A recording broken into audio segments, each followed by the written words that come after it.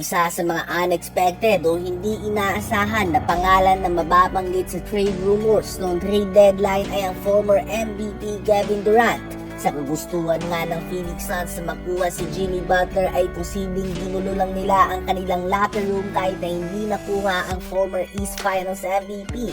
Dahil pinakita nga ng Suns na handa na silang i-trade si Bradley Beal, sadyang may no trade clause lang ito sa kanyang kontrata.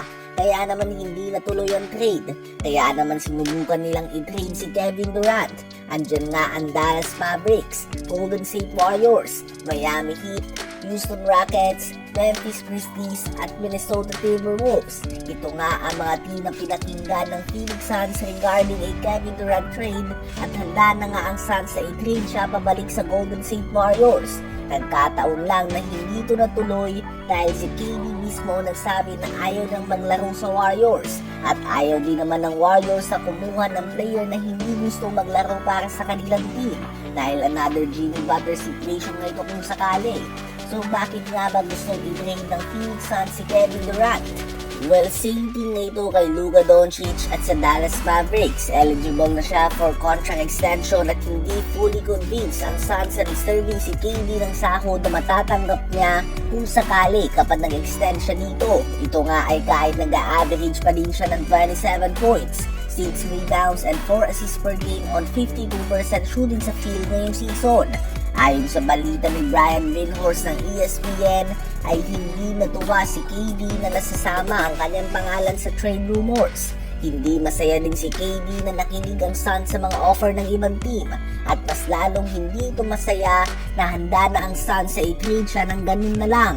Kaya naman asahan nga daw na gugustuhin ito na opisyal ng mag-trade pagpasok ng off-season. Sa ngayon nga ang Suns ay medyo magulo talaga ang lineup. Isang talo lang at laglag sila sa number 12 seed at sila pa ang may pinakamatinding remaining schedule sa NBA. Kaya naman hindi talaga malabo na mag-request si KD ng trade paalis sa team na ito sa off-season. Ano ba ang masasabi nyo tungkol dito?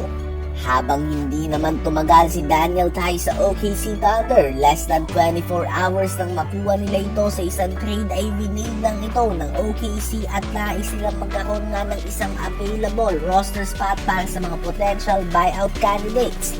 At isa sa mga team na pinag-iisipan na mabuti kung kukunin ba nila si Daniel Theis ay ang Los Angeles Lakers. Dahil sa ngayon nga ay may Mark Williams na sila, Jackson Hayes, Christian Coloco, Jefferson at Christian Wood. Madami na nga silang center subalit mas may kalidad nga si Daniel Theis sa lahat ng ito bukod na lamang kay Mark Williams. Isa pang pinag-iisipan ng Lakers ay posibleng mas kailangan nila ng sharpshooter sa ngayon kaysa sa isa pang center dahil sa pagbitaw nila kay Dalton Knecht at Max Christie.